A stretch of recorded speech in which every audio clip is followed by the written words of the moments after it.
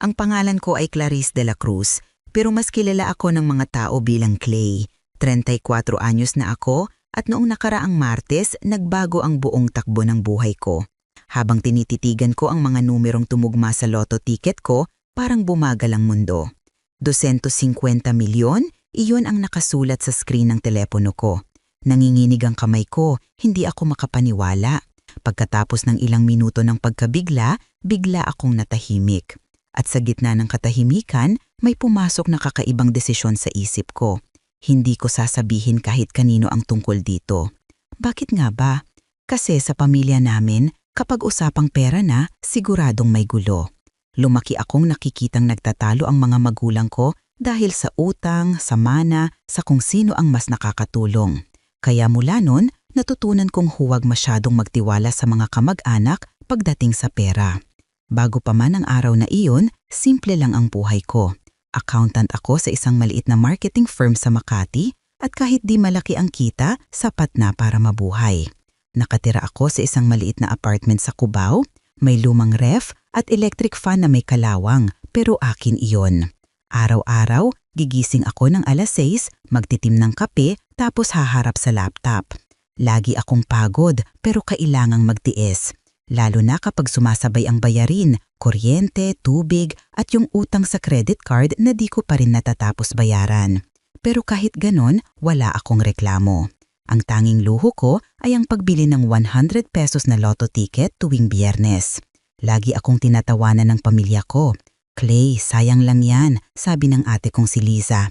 Imposibleng manalo ka. Pero sa loob ko, may maliit na tinig na laging nagsasabi, baka sakaling, minsan ako naman. At heto na nga, nangyari. Pero imbes na ipagsigawan, pinili kong manahimik. Kasi kilala ko sila. Ang nanay kong si Minda na laging may hinihinging pang-ikot sa negosyo, ang tatay kong si Rolando na laging may bagong asawa at bagong utang, at ang kuya kong si Jonas na tuwing may problema, ako ang tinatakbuhan. Ngayon, ako naman ang may sikreto. At ang sikretong ito, magpapakita kung sino talaga ang kakampi ko sa buhay. Hindi ako nakatulog ng gabing iyon. Paulit-ulit kong binabasa ang mga numerong tumugma sa ticket at paulit-ulit ko ring tinatanong ang sarili ko. Totoo ba to? Pero sa tuwing binubuksan ko ang TV at nakikita ang mga parehong numero, mas lalong tumitibay sa dibdib ko, oo, ako nga ang nanalo. Sa isip ko, parang may dalawang boses na nag-aaway. Isa, nagsasabing, sabihin mo sa pamilya mo, deserve nila malaman. Pero yung isa, mas malakas.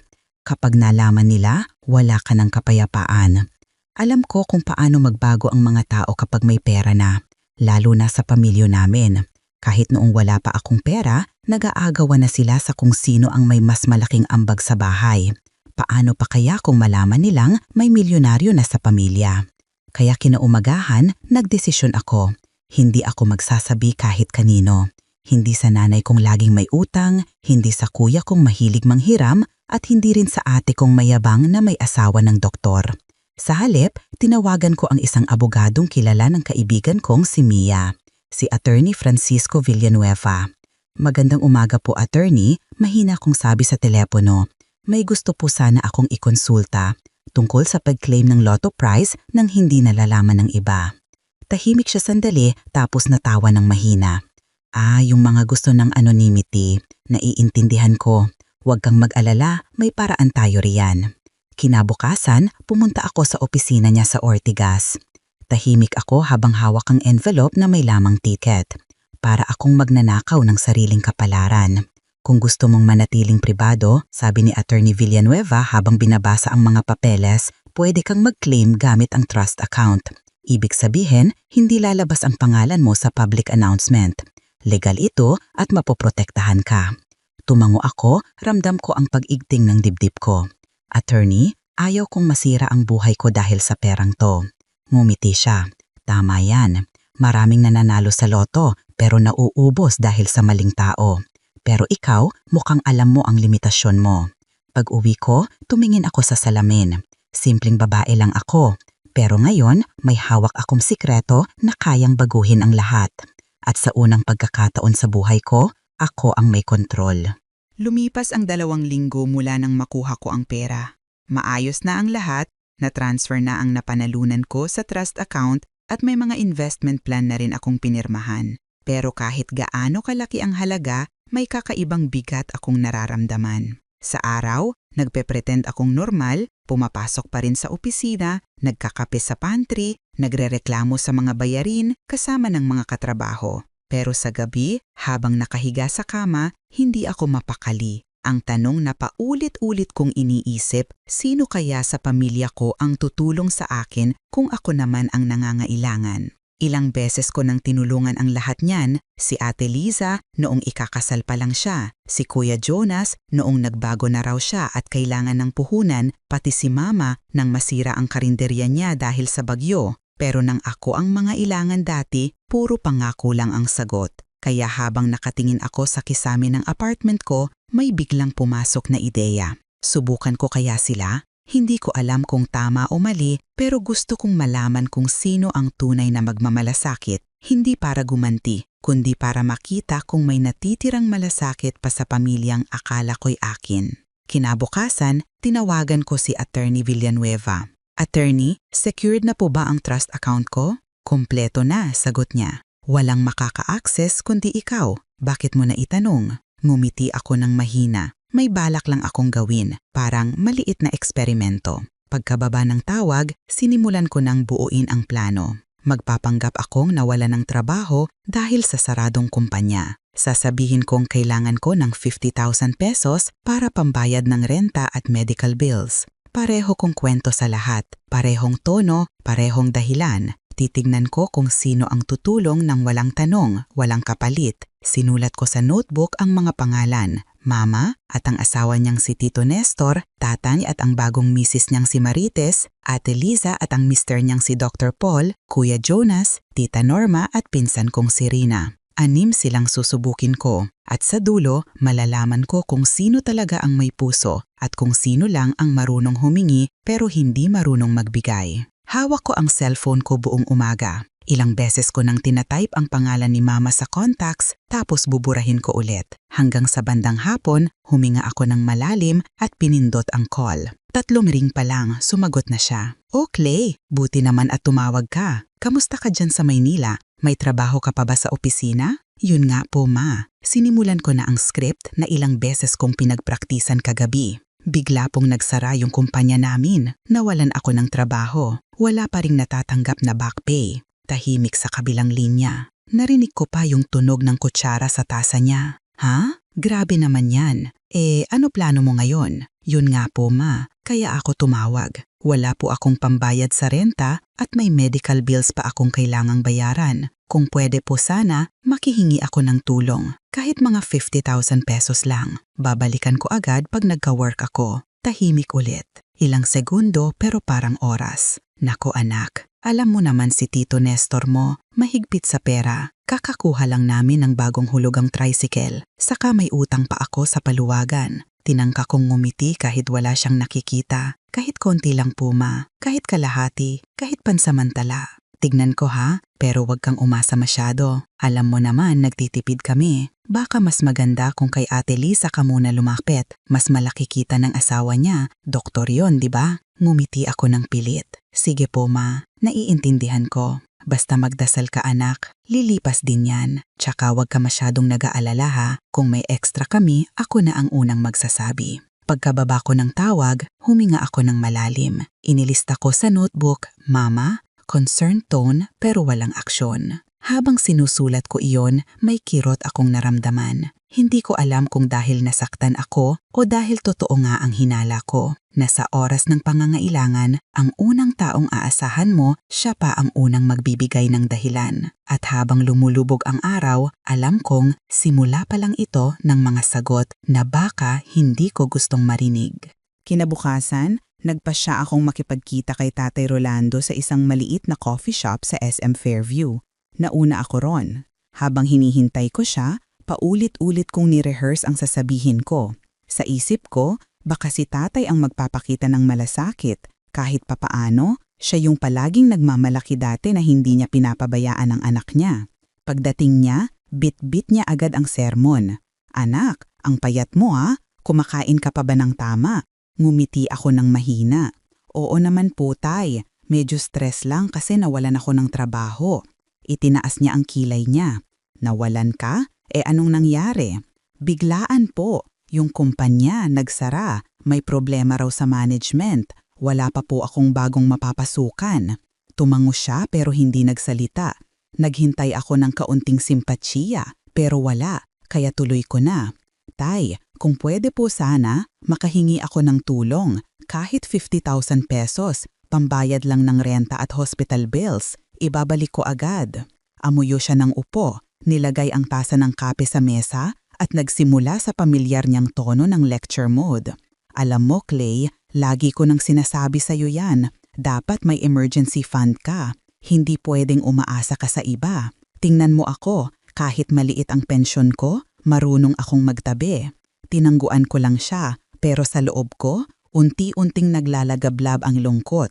Ang problema sa henerasyon nyo, patuloy niya, madaling sumuko. Pag nawalan ng trabaho, agad naghahanap ng tulong. Hindi ganyan ang itinuro ko sa'yo. Gusto kong sumagot, gusto kong sabihing ilang beses na kitang tinulungan, kahit hindi mo hinihingi. Pero pinigilan ko. Kailangan kong makita kung hanggang saan. Tay, mahina kong sabi. So, ibig sabihin hindi mo ako matutulungan? Umiling siya. Hindi sa ganon, pero mahirap ngayon anak. Alam mo, may maintenance ako. May hulog pa sa bahay. Tsaka, matuto ka ring tumayo sa sarili mong paa. Magandang leksyon to para sa'yo. Ngumiti ako kahit nanginginig ang labi ko. Sige po, Tay. Salamat sa payo. Pag-uwi ko, isinulat ko sa notebook, Tatay, puro aral, walang aksyon. Gamit ang prinsipyo para itago ang kawalan ng malasakit. Habang sinasara ko ang notebook, ramdam kong isa-isa nang natatanggal ang mga ilusyon ko tungkol sa pamilya. Sabado ng hapon nang pumunta ako sa bahay ni Ate Liza sa Ayala Heights, Quezon City. Pagpasok ko pa lang sa gate, sinalubong ako ng malaking garden, mamahaling SUV at amoy ng bagong lutong pasta na galing sa kusina. Sa labas pa lang, halatang hindi sila kinakapos. Pagbukas ng pinto, ngumiti siya. Yung tipong ngiting may halong kumpiyansa. Clay, ang tagal mo nang hindi dumadalaw. Ang payat mo. Kumusta na sa trabaho? Nagpigil ako ng ngiti. Actually ate, kaya nga ako dumaan. Nawalan ako ng trabaho. Nagsara bigla yung kumpanya namin. Natahimik siya saglit, pero agad din siyang umupo at sinabayan ako ng kape. Ha? Grabe naman yon. Anong plano mo ngayon? Yun nga ate, kaya ko sana gustong humingi ng tulong kahit 50,000 pesos lang. May mga bayarin kasi at may hospital bills na kailangang bayaran. Ibabalik ko agad pag nakaipon ako. Biglang nagbago ang tono ng boses niya. Ay naku Clay, timing talaga. Alam mo ba, nagpa-renovate kami ng master's bedroom, tapos yung tuition ng mga bata, ang taas, tsaka kakakuha lang namin ng bagong kotse. Tumango ako, pilit na ngumiti. Kahit konti lang po ate, kahit pansamantala lang. Baka pwedeng 10,000 muna. Kakausapin ko si Paul ha, siya kasi ang humahawak ng pera. Alam mo naman, mahigpit sa budget ang mga doktor. Ngumiti ako. Kahit magkano po, malaking tulong na. Saka kung gusto mo, pwede ka muna dito tumira. May guest room naman kami, pero ginagamit ng mga bata minsan, kaya medyo magulo ha. Alam kong alok lang iyon para makaiwas sa tunay na tulong. Salamat ate, sagot ko, pero baka mahirapan lang ako mag-commute dito. Saka may mga interview pa ako sa Makati. Sige, basta update mo ako ha. Ipapakiusap ko kay Paul. Alam mo naman siya, hindi agad nagbibigay. Tumango ako kahit alam kong hindi na siya tatawag. Pag-uwi ko, isinulat ko sa notebook, Ate Liza, mabait sa umpisa pero may takip na dahilan. May kayamanan pero kulang sa malasakit. Habang nakasakay ako sa jeep pa uwi, tinanaw ko ang mga ilaw ng bahay nila sa malayo. Ang ganda ng tahanan nila. Pero napaisip ako, may puso pa ba sa loob niyon? Kinabukasan, sinubukan kong tawagan si Kuya Jonas. Alam kong madalas siyang offline kaya nag-send muna ako ng mahabang text message. Kuya, nawalan ako ng trabaho. Wala pa akong natatanggap na back pay at may hospital bills na kailangang bayaran. Kung pwede sana, makihingi ako ng tulong kahit 50,000 pesos. Babalikan ko agad kapag nakahanap ako ng bagong work. Ilang minuto lang, nag-reply siya. Naku sis, sayang. Pero grabe, hirap din ako ngayon. May bayad pa ako sa motor, tapos delayed pa ang sahod. Pero tatawag ako mamaya ha. Alam ko na yon, ang linya niyang tatawag ako mamaya ay katumbas ng wala ng balikan. Pero umasa pa rin ako kahit konti. Baka ngayon iba na siya. Lumipas ang isang araw, wala pa rin siyang tawag. Kaya ako na ang tumawag. Una, ringing. Pangalawa, busy. Sa ikatlo, voicemail na. Ilang oras pa, nagpadala ako ng simpleng message. Kuya, kahit konti lang sana. Kahit hulugan ko na lang pag nagkapera ako. Walang sagot. Kinagabihan, habang tinitingnan ko ang Facebook, nakita kong nagpost siya ng picture. Siya, kasama ang barkada, nag-iinuman sa Tagaytay. May caption na, "Deserve namin to after a long week." Buong-buo. Napanghiti ako ng mapait. Hindi ko alam kung maiinis ako o maawa. Paano niya kayang mag-post ng ganon samantalang alam niyang humihingi ako ng tulong? Kinabukasan, sinubukan ko pa rin. Kuya, hindi mo na kailangang ibigay lahat. Kahit 5,000 pesos lang, pangpuno sa renta. Ngunit ilang oras pa rin ang lumipas, wala pa rin siyang sagot. Sa halip, may tumawag. Hindi siya. Si Mama. Clay, nakausap ko si Jonas. Sabi niya, huwag ka raw masyadong magpumilit. Wala raw talaga siyang pera. Nagsisimula pa lang ulit. Siya po pala nagsabi sa inyo? Tanong ko. Oo. Huwag mo siyang masyadong i-pressure ha. Alam mo naman si kuya mo, marupok din minsan. Napangiti ako kahit kumikirot ang dibdib ko. Hindi po ma, naiintindihan ko. Salamat. Pagkababa ng tawag, sinulat ko sa notebook. Kuya Jonas, walang sagot, walang malasakit, pero may pambili ng alak. At habang tinatapik ko ang ballpen sa notebook, napaisip ako.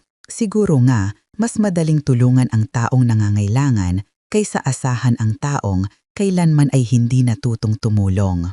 Kinabukasan, matapos kong ayusin ang mga papeles sa opisina, huminga ako ng malalim at tinawagan si Tita Marites, ang pangalawang asawa ni tatay. Sa totoo lang, ilang taon na rin kaming hindi nagkakausap ng maayos.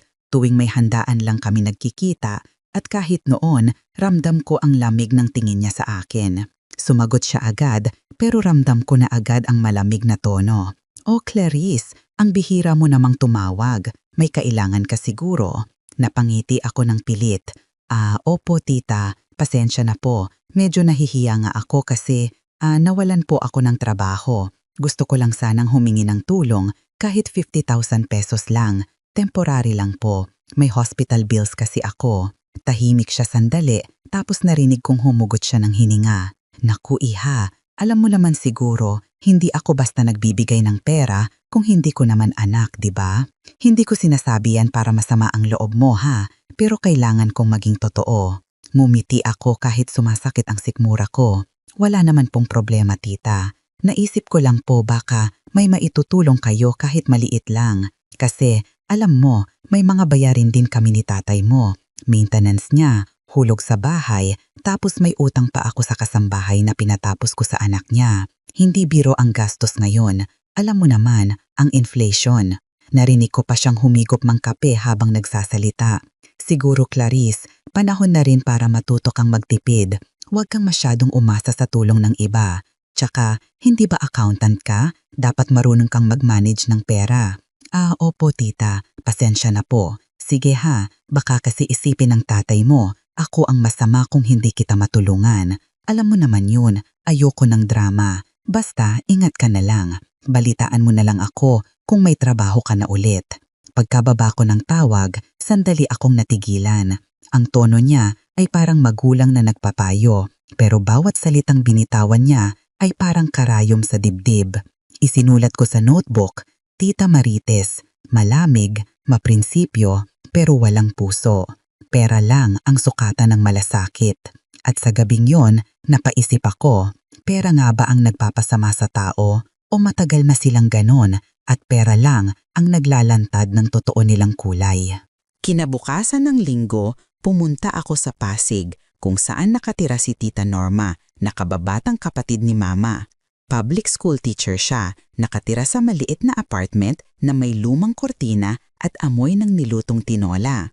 Sa labas pa lang ng pinto, narinig ko na ang mahina niyang boses, kumakanta habang naglalaba. Pagkakita niya sa akin, agad siyang ngumiti. "Clarice, anak, ang tagal mo namang di dumadalaw.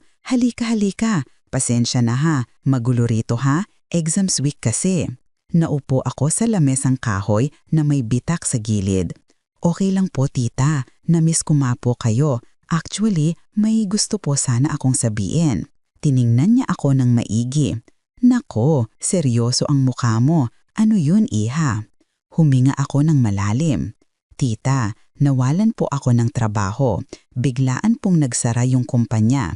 Nahihirapan po ako ngayon sa renta at sa hospital bills. Kaya po sana, kung pwede, makihiram ako kahit 50,000 pesos. Ibabalik ko agad pag nakahanap ako ng trabaho." Hindi siya nagsalita agad. Nilingon lang niya ang maliit na aparador, parang nag-iisip. "Ay anak, wala akong ganon kalaking pera." Naramdaman kong manghihina na sana ako, pero agad niyang dinugtungan. Tumayo siya, pumunta sa kwarto at may kinuha sa ilalim ng kama, isang lumang sobre na may rubber band.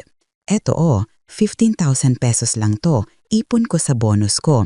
Kunin mo muna, wala akong iba pang maibibigay, pero baka makatulong kahit papaano." Hindi ako nakapagsalita. "Tita, hindi po, sobra na to." "Walang sobra pag pamilya, Clarice. Lahat tayo nagkakatulungan. Huwag mong alalahanin yan. Bayaran mo na lang kung kaya mo, kung hindi, okay lang." Naluha ako sa harap niya. Siya, na halos kulang sa sarili, siya pa ang unang nagbigay. Habang pauwi ako, hawak-hawak ko ang sobre na amoy sabon at papel, naramdaman ko ang bigat ng hiya at pasasalamat. Pag-uwi, isinulat ko sa notebook, "Tita Norma, walang kayamanan pero may tunay na puso." At sa gabing yon, unang beses kong umiyak, hindi dahil sa sakit, kundi dahil sa kabutihang totoo na hindi kailangang ipagyabang o ipakita. Makalipas ang 3 araw mula nang makuha ko ang sobre ni Tita Norma, nagsimula nang magbago ang ihip ng hangin. Una kong napansin, biglang nag-message sa akin si Ate Liza sa group chat namin ng pamilya. "Ate Liza, Clay, totoo bang lumapit ka rin kina mama at kay tatay para humingi ng pera? Sabi ni mama, nangungutang ka raw sa lahat." Nabasa ko lang pero hindi ko agad sinagot. Sa halip, pinatay ko ang data ko. Kinubukasan, habang naglalakad ako papuntang grocery, tumunog ulit ang cellphone ko. Si Tita Marites. "Clarice, anak, may naririnig akong kung ano-ano. Totoo bang nangihingi ka ng pera sa magkabilang panig ng pamilya? Hindi maganda yan ha, nakakahiya. Baka isipin ng mga tao, desperada ka." Tahimik lang ako. "Tita, humingi lang naman po ako ng tulong, hindi po ako namimilit. Ewan ko sa'yo ha, pero sana alam mo kung kailan mo kailangan tumigil. Nakakaawa ka tuloy tingnan sa mga kwento. Pagkababa ng tawag, hindi ko alam kung matatawa ako o maiyak. Nakakaawa ako? Hindi nila alam na sa likod ng mga salitang iyon may nakatagong sikreto na magpapaikot sa buong mundo nila kapag nalaman nila." Sa bahay, sinilip ko ang messenger. May mensahe si mama. "Anak, narinig ko kay Liza na humingi ka rin daw kay Jonas. Huwag ka namang ganyan, parang pinaglalaruan mo kami. Kung wala ka nang makain, sabihin mo na lang ng diretso." Tumitig ako sa screen ng matagal. Hindi ko alam kung magagalit ako o masasaktan. Paano naging kasalanan ang humingi ng tulong sa pamilyang ilang beses kong tinulungan noon? Kaya sinulat ko sa notebook. Reaksyon ng pamilya. Judgment bago unawa. Chismis bago malasakit. Habang sinusulat ko iyon, tumawag si Tita Norma. "Anak, may naririnig akong mga salita tungkol sa'yo. Huwag mong intindihin yan ha, kilala kita. Hindi mo kailangang ipaliwanag sa kanila kung anong totoo." Doon ako napahinga. Sa gilid ng mga bulong, siya lang ang marunong makinig. At sa gabing iyon, napagtanto ko. Ang pera pala, kahit di mo ipagsigawan, naaamoy ng mga taong may kasakiman. Kinabukasan, dumalaw ulit ako kay Tita Norma. Dala-dala ko ang prutas at ilang grocery items bilang pasasalamat. Pagbukas ng pinto, agad siyang ngumiti. Ay nako, huwag ka nang gumastos anak. Ako pa dapat ang magpapasalamat sa'yo. Nakadalaw ka ulit. Ngumiti ako, pero may mabigat akong gustong itanong. Tita, sigurado po ba kayong okay lang yung perang binigay nyo? Baka kailangan ninyo po yun. Umupo siya at humigop ng kape bago sumagot. Alam mo, Clarice, totoo, medyo mahirap din ngayon. Nagkakataon kasing may maintenance ako sa diabetes, tapos mataas pa presyo ng gamot. Pero sabi ko sa sarili ko, kung may kakailanganin ka, tutulungan kita kahit papaano. Napatigil ako. Tita, ibig sabihin, kahit may sakit kayo, pinilit niyo pa rin akong tulungan? Ngumiti lang siya. Anak, minsan, ang tulong hindi nasusukat sa dami ng pera, kundi sa tapat ng loob. Hindi ko naman kayang tulungan ka ng milyon, pero alam kong hindi mo rin ako pababayaan kung ako naman ang mangangailangan. Naluha ako. Habang nagkukwento siya, napansin ko ang maliit na resibo na nakadikit sa ref. Pawn shop transaction, 3,000 pesos. Tita, sinanglang niyo po ba yung alahas niyo? Tanong ko. Tahimik siya sandali, tapos ngumiti. Ay, yung hikaw. Oo, matagal ko na ring hindi nagagamit. Mas mabuting makatulong kesa nakatago lang. Hindi ko na napigilang maiyak. Tita, hindi ko po deserve to. Lumapit siya at hinawakan ang kamay ko.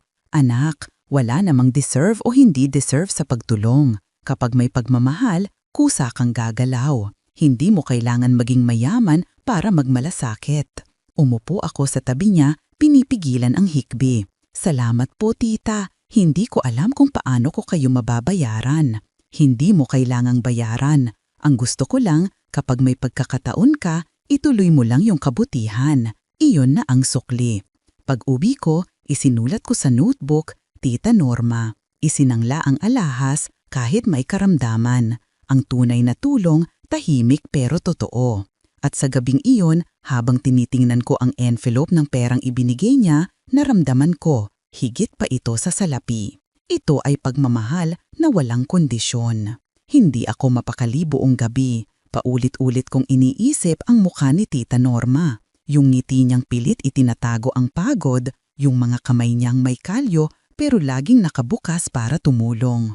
Hindi ko na kayang itago pa. Kailangan niyang malaman ang totoo. Kinabukasan, dumalaw ulit ako sa kanya. Dala ko ang mga prutas, gamot at isang maliit na cake. Naku, Clarice, ano na naman to? May okasyon ba? Tanong niya habang tinatanggal ang takip ng cake. Ngumiti ako, pero ramdam ko ang kaba sa dibdib ko. Tita, may kailangan po akong sabihin. Importante po. Umupo siya, hawak ang tasa ng kape. Ano yon, anak? May problema ba? Huminga ako ng malalim. Tita, hindi po ako nawalan ng trabaho. Hindi po ako naghihirap. Napatigil siya, parang hindi agad nakaintindi. Ha? Anong ibig mong sabihin? Hindi po totoo yung kwento ko. Sinubok ko lang po ang pamilya ko kung sino ang tutulong kapag ako naman ang nangangailangan. Tahimik siya sandali. Tiningnan lang niya ako tapos dahan-dahan niyang ibinaba ang tasa. Anak, ibig mong sabihin, lahat yon palabas lang? Tumanggo ako, halos pabulong. Opo, at kayo lang po ang tumulong sa akin. Alam kong mali, pero gusto ko lang malaman kung sino ang tunay na nagmamahal. Huminga siya ng malalim pero hindi siya nagalit. Clarice, hindi ako galit. Medyo nalungkot nang ako na dumating ka sa puntong kailangan mong subukin ang pamilya mo. Pero naintindihan ko. Naluha ako. Tita, may isa pa po akong dapat aminin. 3 linggo na po mula nang manalo ako sa loto. 250 milyon po. Namilog ang mga mata niya pero hindi siya sumigaw, hindi nagulat sa paraang inaasahan ko. Anak, grabe yan. Pero alam mo, hindi ako nagtataka kung bakit sa'yo binigay yan ng Diyos. Marunong kang magpasalamat. Umiyak ako tuluyan na. Tita, gusto ko po kayong tulungan. Lahat ng kailangan nyo, gamot, bahay, kahit anong gusto nyo. Ngumiti lang siya. Anak, ang gusto ko lang, huwag mong hayaang baguhin ka ng pera. Maging ikaw pa rin, yung Clarice na marunong tanaw ng utang na loob. Sa gabing iyon, alam kong, sa wakas, may isang taong alam ang sikreto ko at hindi niya ako tinrato na bangko, kundi pamilya. Tahimik kaming nakaupo ni Tita Norma sa maliit niyang sala. Sa labas, naririnig ang ingay ng mga batang naglalaro, pero sa loob ng bahay, tanging tunog ng orasan ang maririnig. Alam mo, Clarice, mahinahon niyang sabi, marami na akong nakitang tao sa buhay ko na nagbago dahil sa pera. Yung iba, naging maramot. Yung iba, nagkaroon ng yabang. Pero ang pinakamasakit, yung mga nagkaroon ng pera pero nawala ang puso. Tahimik lang akong nakikinig. Tita, takot nga po ako doon, sabi ko. Ayokong maging ganon. Ayokong dumating sa puntong hindi ko nakilala ang sarili ko. Ngumiti siya. Kaya nga siguro, ikaw ang pinili ng Diyos na manalo. Kasi bago ka pa man yumaman, natutunan mo na kung gaano kahalaga ang malasakit. Yung iba, nananalo pero hindi natututo. Ikaw, natuto muna bago binigyan ng gantimpala. Tumulo ang luha ko. Tita, hindi ko alam kung paano ko magagawang tama lahat. Ang daming gustong lumapit, pero hindi ko alam kung sino ang totoo. Anak, sagot niya, hindi mo kailangang suklian ang lahat. Ang tulong, hindi mo dapat ipilit sa mga hindi marunong tanggap. Magbigay ka, pero wag mong hayaang ubusin ka ng iba. Piliin mo kung sino ang karapat-dapat. Tumango ako. Kayo po ang gusto kong tulungan muna. Gusto kong maayos ang kalusugan nyo at mabibigyan kayo ng bahay na komportable. Salamat anak, sabi niya habang nakangiti, pero wag mong kalimutan na hindi lahat ng tulong ay tungkol sa pera. Minsan, sapat na yung alam mong may nagmamalasakit sa'yo. Nagtagal kami sa kwentuhan tungkol sa mga panahong bata pa ako kung paanong siya ang laging sumasalo sa akin tuwing may problema sa bahay. Sa huling bahagi ng usapan namin, tinapik niya ang kamay ko. Clarice, tandaan mo to, pera lang yan. Pero ang respeto, tiwala at pagmamahal, yan ang hindi mo kayang bilhin kahit ilang milyon pa ang meron ka. Pag-uwi ko, isinulat ko sa notebook. Ang yaman ay sinusubok ang puso, hindi ang bulsa. Si Tita Norma ang patunay. At sa unang pagkakataon, mula nang manalo ako, nakatulog akong may ngiti sa labi. Hindi dahil sa pera, kundi dahil alam kong may tamang dahilan kung bakit sa akin napunta ang biyayang iyon. Lumipas ang ilang araw. Sa tulong ni Tita Norma, nagdesisyon akong tawagin ang buong pamilya para sa isang simpleng salo-salo. Isang Sabado ng hapon sa Antipolo, sa isang maliit na garden cafe na madalas naming kainan noon. Gusto kong marinig nila ako, hindi bilang Clarice na humihingi ng tulong, kundi bilang anak at kapatid na matagal nilang nakalimutan. Isa-isa silang dumating. Nauna si Mama, nakasuot ng bagong damit at halatang nag-ayos. Sumunod si Ate Liza at ang asawa niyang si Dr. Paul, nakapolo pa. Si Kuya Jonas, medyo nahihiya pero dumating din. At syempre, si Tita Marites, nakataas pa rin ang kilay pero ngumiti ng pilit. Tahimik ang lahat noong nagsimula akong magsalita. Salamat sa pagpunta ninyo. Alam kong medyo awkward to, pero gusto ko lang maglinaw ng ilang bagay. Huminga ako ng malalim. Una sa lahat, gusto kong magpasalamat sa mga tumulong, sa mga nakinig kahit saglit, at sa mga umintindi kahit hindi ako perfect. Walang kumikibo. Naririnig ko pa ang paghigop ni Mama ng juice. Gusto ko lang sabihin, tuloy ko, na hindi ko kayo sinisisi kung hindi kayo nakatulong. Lahat tayo may kanya-kanyang problema. Pero sana, kahit minsan, maalala niyo yung mga panahong ako naman ang tumulong sa inyo. Hindi ko kayo tinanong kung kaya ko, basta ginawa ko. Tumingin ako kay Ate Liza. Napayuko siya. Clay, hindi namin alam na ganong kalala yung pinagdadaanan mo. Mahina niyang sabi. Ngumiti ako. Hindi ko rin naman gusto magpaawa. Gusto ko lang makita kung may tunay pang malasakit. Sumabat si Tita Marites, nakataas ang kilay. So, sinubok mo kami? Tumango ako. Oo tita, sinubok ko kayo. Kasi gusto kong malaman kung sino ang tatayo sa tabi ko kapag wala na akong maibigay. Tahimik, walang gustong magsalita. Pagkatapos ng ilang segundo, nagsalita si Mama. Anak, pasensya ka na. Siguro nasobrahan lang kami sa pag-aakala na kaya mo lahat. Ngumiti ako, pero sa loob-loob ko, alam kong hindi pa nila lubos na uunawaan. Sinulat ko sa isip ko, hindi mo kailangang magalit para magising ang mga tao. Minsan, sapat na ang katotohanan. At sa sandaling iyon, alam kong nagbago na ang tono ng laro. Hindi pa nila alam ang totoo, pero malapit na. Makalipas ang 2 linggo mula sa pagtitipon, nagsimula na akong kumilos ng tahimik. Sa tulong ng abogado at financial advisor na kinuha ko, nakabili ako ng bahay sa Tagaytay. Hindi sobrang enggrande, pero moderno, maaliwalas at may tanaw ng bundok. Lahat ng gamit, bago. Lahat ng furniture, simple pero elegante. Paglipat ko roon, ramdam ko ang bagong simula. Hindi ko na kailangang magkunwari na naghihirap, pero pinili ko pa ring manahimik. Gusto kong makita kung paano kikilos ang mga tao kapag akala nila unti-unti lang akong bumabangon sa hirap. Nagpost ako sa Facebook, "Salamat sa bagong simula. Minsan, kailangan mo lang manahimik para bumalik ang lakas." Wala akong binanggit tungkol sa pera o bahay. Pero makalipas ang ilang oras, may mga nagkomento. "Ate Liza, wow, ganda naman ng view. Saan yan, Clay?" "Ma, anak, bagong bahay mo ba yan? Ang bilis mo namang nakarecover." "Tita Marites, iba talaga pag marunong magtiis. Pero sana huwag mong kalimutan kung sino ang nandyan sa'yo noon." Binasa ko lahat pero hindi ako nag-reply. Natawa ako ng bahagya kasi nung nahihirapan ako, tahimik silang lahat. Pero ngayong may nakikita silang kaginhawaan, sila pa ang unang naglalapit. Ilang araw pa, tumawag si Kuya Jonas. "Clay, balita ko may bagong bahay ka ha. Galing mo. Paano mo nagawa yun?" Ngumiti ako sa telepono. "Swerte lang siguro, kuya. Maraming oportunidad kapag marunong kang maghintay." "Ayos yan ha. Baka naman may extra ka dyan pang puhunan ko sa negosyo?" Napangiti ako pero hindi na ako nagulat. "Kuya, sa ngayon, kailangan kong mag-ipon muna. Next time na lang." "Ah, ganon. Sige." Pagkababa ng tawag, napangiti ako ng mapait. Isinulat ko sa notebook. Ngayon, ako naman ang may hawak ng kapangyarihan, pero pipiliin ko pa rin kung sino ang karapat-dapat.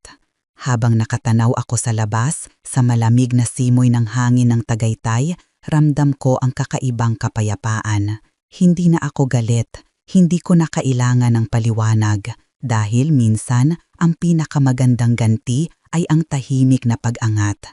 Habang ang mga minsang tumalikod sa'yo, sila naman ngayon ang nagtataka kung paano mo nagawa. Isang gabi, habang nagkakape ako sa veranda ng bagong bahay, biglang tumunog ang cellphone ko. Pagtingin ko, pangalan ni Mama ang nakalagay. Matagal ko siyang hindi nakausap mula nung pagtitipon. Nagdalawang isip pa ako bago sagutin, pero sa huli, pinindot ko rin ang accept. "Hello, Ma?" Tahimik sa kabilang linya, parang may humahagulgol. "Clay, anak, pasensya na kung istorbo ako. Wala na akong malapitan." Agad akong napatayo. "Bakit, Ma? Anong nangyari?" Narinig ko ang mahinang hikbi niya. "Na-stroke si Tito Nestor. Wala kaming pambayad sa ospital. Ang bill, umabot na ng 180,000. Wala akong mahugot, anak." Tahimik akong sandali. Ilang linggo lang ang nakalipas, siya rin ang nagsabing wala kaming maitutulungan. Pero ngayon, siya ang humihingi. "Clay, alam kong nasaktan kita noon. Alam kong mali ako. Pero anak, tulungan mo naman ako kahit ngayon. Ipagdarasal ko to, babayaran ko rin pag kaya ko na." Napatitig ako sa tanawin ng Tagaytay. Mga ilaw ng bahay sa ibaba. Parang mga bituing kumikindat. "Ma, wag na po kayong mag-alala. Ako na po bahala sa lahat ng gastusin." Narinig kong napahinga siya ng malalim. "Totoo, anak, hindi mo ako tinatanggihan?" Ngumiti ako kahit may luha sa mata. "Ma, kung tinanggihan ko po kayo ngayon, magiging katulad ko rin kayo noon, at ayokong ganon ang maging anak ninyo." Tahimik siya sandali, tapos narinig ko ang tinig niyang naninginig. "Anak, patawarin mo ako. Hindi ko alam kung paano kita pagbabayaran sa kabutihang to. Huwag niyo na pong isipin yun, Ma. Ang importante, gumaling si Tito Nestor. At sana po magkausap tayo ng hindi lang kapag may problema." Pagkababa ko ng tawag, napatingin ako sa langit. Isinulat ko sa notebook. Pera ang ginamit nila para sukatin ako, pero pagpapatawad ang ginamit ko para tapusin ang laro. At sa gabing iyon, sa unang pagkakataon, hindi ako nakaramdam ng galit, kundi katahimikan. Hindi dahil nakabawi ako, kundi dahil pinili kong maging tao kahit sila'y nagkulang.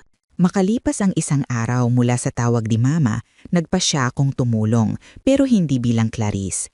Ayokong maramdaman nilang may utang sila sa akin.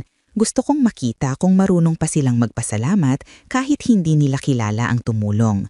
Tinawagan ko ang accountant ko si Attorney Ramirez at inutusan siyang magpadala ng 200,000 pesos sa ospital ni Tito Nestor gamit ang pangalang Maria Teresa Foundation. Isang katang-isip na charity na ipinangalan ko ra Tita Norma bilang parangal sa kanya. Kinagabihan tumawag si Mama. Anak, Clarice, hindi ko alam kung anong himala to. May nagbayad sa ospital. Full payment daw galing sa Maria Teresa Foundation. Wala kaming alam kung sino. Ngumiti ako, pilit na pinipigilan ang luha. Talaga po, Ma? Ang swerte nyo naman. Siguro may mabuting taong ginamit si Lord para tulungan kayo. Grabe anak, hindi ko alam kung paano kami mapapasalamat. Ang sabi ni tatay mo, iiyak na raw siya sa tuwa. Habang nagsasalita siya, parang bumalik sa isip ko lahat ng sandaling tinanggihan nila ako. At ngayon, ako ang nagligtas sa kanila nang hindi nila alam. At sa halip na galit, awa at kapatawaran ang naramdaman ko. Kinagabihan, nagpost si Ate Lisa sa Facebook. Salamat po sa Maria Teresa Foundation. Hindi namin kayo kilala pero ang ginawa niyong tulong ay hindi namin makakalimutan. Pray. Binasa ko iyon ng paulit-ulit. Ang mga salitang hindi namin makakalimutan. Ironic dahil kung alam lang nila kung sino ang nasa likod noon, baka ibang tono ng pasasalamat ang maririnig ko. Sinulat ko sa notebook, ang tunay na pagtulong hindi kailangan ng pangalan. Ang kabutihan mas malakas kapag tahimik. Pagkatapos noon, binisita ko si Tita Norma at ikinuwento ko ang lahat. Ngumiti siya ng may luha. Anak, hindi mo lang sila tinulungan. Tinuruan mo silang makaramdam ng kabutihan. Bihira yan sa panahon ngayon. Ngumiti rin ako. Siguro yon ang totoong dahilan kung bakit ako nanalo. Hindi para yumaman, kundi parang maipasa ang kabutihan yung tinuro sa akin. At sa sandaling iyon, alam kong nagsisimula na akong gamitin ang kayamanan ko hindi para sa ganti, kundi para sa layunin. Lumipas ang 3 linggo mula nang mabayaran ang ospital ni Tito Nestor. Unti-unti kong napansin ang pagbabago sa kilos ng pamilya ko. Hindi man nila alam na ako ang tumulong, pero parang may kakaiba sa tono ng bawat tawag nila. Unang tumawag si Mama. Clay, gusto ko lang magpasalamat. Alam mo, dahil sa nangyaring yon, na-realize ko kung gaano kahirap humingi ng tulong. Napahiya ako sa sarili ko. Simula ngayon, gusto ko nang bumawi sa mga taong tinanggihan ko noon. Hindi ko napigilang mapangiti. Ma, huwag na po kayong mag-guilt trip. Ang mahalaga, gumaling si Tito. Oo nga anak, pero promise ko, pag bumalik ako sa trabaho, magpapadala ako ng tulong kay Tita Norma. Siya lang pala yung tumulong sa'yo noon, sabi ni Liza. Napangiti ako lalo. Kahit hindi nila alam ang totoo, gumagalaw ang kabutihan na parang alon, umaabot sa iba. Sunod naman si Ate Liza. Clay, gusto kong mag-sorry. Alam ko naging madumot ako. Saka, may bonus ako ngayon, kaya gusto kong padalan si Mama. Siguro tama ka, dapat hindi pera ang sukat ng pagmamahal. Ang mahalaga ate, natuto tayo. Lahat tayo, sabi ko. Pati si Kuya Jonas, na dati palaging may dahilan, tumawag din isang gabi. Clay, gusto ko lang sabihin, nag-apply ako sa bagong trabaho. Ayoko nang maging pabigat, nakakahiya na. Parang binigyan ako ng Diyos ng second chance. Good job, Kuya. I'm proud of you, sabi ko ng taos puso. Habang pinapakinggan ko silang lahat, unti-unti kong naramdaman ang kakaibang kapayapaan. Hindi ko kailangang ipangalandakan ang totoo. Sapat nang makita kong nagbago sila. Kinagabihan, binuksan ko ulit ang notebook ko. Isinulat ko, ang kabutihan parang binhing itinanim sa luta. Hindi mo agad makikita, pero kapag tumubo, hindi mo na mapipigilan ang paglawak. Sa unang pagkataon, naramdaman kong bumabalik ang pamilyang akala ko'y nawala na. Hindi man nila alam ang katotohanan, ramdam kong muling bumubuo ang mga sirang pader sa pagitan namin. Hindi dahil sa pera, kundi dahil sa kababaang loob at pagbabago. At habang nakatingin ako sa buwal sa labas ng bintana, bumulong ako. Salamat, Tita Norma, kasi ikaw ang nagturo sa akin kung paano magmahal ng tahimik. Isang umaga, habang nag-aalmusal ako sa veranda, tumunog ang cellphone ko. Si Ate Ramirez ang nasa linya, halatang kinakabahan. Ma'am, may konting problema. Isa sa staff ng ospital ang naglabas ng dokumento tungkol sa Maria Teresa Foundation. Nakalink doon ang pangalan mo bilang donor. Parang huminto ang oras. Ha? Ibig sabihin, alam na nila? Posible po, may chance na kumalat yung impormasyon. Bago pa ako makapaghanda, sunod-sunod na ang tawag na pumasok. Una si Mama. Clarice, anak, totoo ba to? Ikaw pala ang nagbayad ng bill ni Tito Nestor? Yung Maria Teresa Foundation? Ikaw pala yon? Hindi ko agad masagot. Ma, hindi ko naman po gustong ipahiya kayo. Gusto ko lang pong makatulong. Tahimik siya saglit, tapos narinig ko ang paghigbi niya. Anak, hindi ko alam kung maiyak ako, sa hiya o sa tuwa. Patawad, Clarice. Patawad kung hindi kita pinakinggan noon. Bago ko pa man maibaba ang tawag, si Ate Liza naman. Clay, grabe ka. Ikaw pala'y tumulong sa amin. Ikaw rin pala'y may bahay sa Tagaytay. Bakit hindi mo sinabi? Ngumiti ako ng mapait. Kasi gusto kong makita kung sino sa inyo ang marunong magmahal ng walang kapalit. Tahimik siya. At ngayon, alam mo na kung sino yon. Oo ate, sagot ko, si Tita Norma. Kinahapunan, nagtipon-tipon ang pamilya sa bahay ni Mama. Pagdating ko, lahat tahimik. Walang sermon, walang sigawan, tanging mga mata lang na puno ng hiya at pagsisisi. Si Tita Marites ang unang lumapit. Clarice, anak, mali ako. Masyado akong naging mapagmataas. Salamat kahit hindi ako karapat-dapat. Naluha ako. Hindi ko po to ginawa para ipamukha ang mali ninyo. Ginawa ko to para makita nating lahat kung gaano kahalaga ang malasakit. Tahimik ang lahat. Walang ibang narinig kundi ang hangin at mga hikbi. Tapos si Mama ang unang yukapan. Anak, salamat sa pangalawang pagkakataon. Habang yakap ko silang lahat, napatingin ako sa langit at bumulong. Salamat, Tita Norma. Lahat ng kabutihang tinanim mo, unti-unti nang bumubunga. At sa sandaling iyon, hindi na ako si Clarice na niloko ng pamilya. Ako na ang babaeng tinuruan ng pera kung ano ang tunay na halaga ng tao. Makalipas ang 1 linggo, matapos mabunyag ang lahat, pinuntahan ko si Tita Norma sa bahay niya sa Pasig. Bitbit ko ang maliit na kahon na may kasamang sobre, hindi para bayaran siya, kundi para ipakita kung gaano ko siya pinahalagahan. Pagdating ko, sinalubong niya ako ng ngiti, parang walang nagbago. Anak, mukhang ikaw na talaga ang pinagpala. Lahat ng balita, ikaw ang laman. Pero ang mahalaga, nanatili kang ikaw. Ngumiti ako. Tita, kung alam mo lang, ikaw ang dahilan kung bakit ko nagawang manatiling ako. Umupo kami sa lumang sofa, binuksan ko ang kahon. Sa loob nito, may dokumento ng bagong bahay at lote sa Tagaytay na kapangalan kay Maria Teresa Ramos. Siya mismo. Anak, ano to? Tita, bahay po. Para sa inyo. Para hindi na kayo magrenta, para maayos ang gamutan nyo at para maramdaman nyo kung gaano ko kayo kamahal. Napatakip siya ng bibig, tumulo ang luha niya. Clarice, hindi ko ito tinutulungan para gantihan mo ako ng ganito. Ngumiti ako. Alam ko po, kaya nga kayo ang karapat-dapat kasi kayo lang ang tumulong ng walang hinihinging kapalit.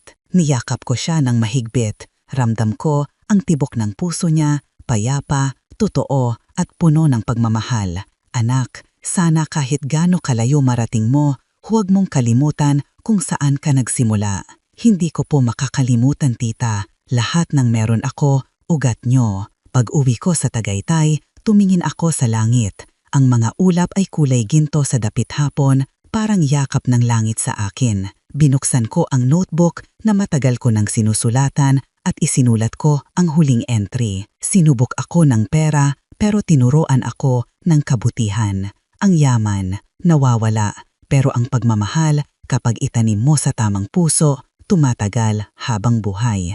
Habang isinasara ko ang notebook, naramdaman ko ang katahimikan na matagal kong hinanap. Wala ng galit, wala ng hiya, tanging kapatawaran at pasasalamat. At sa huling sulyap ko sa langit, bumulong ako. Salamat Lord, kasi ginamit mo si Tita Norma para ipaalala sa akin na ang tunay na kayamanan ay hindi kailanman pera, kundi puso.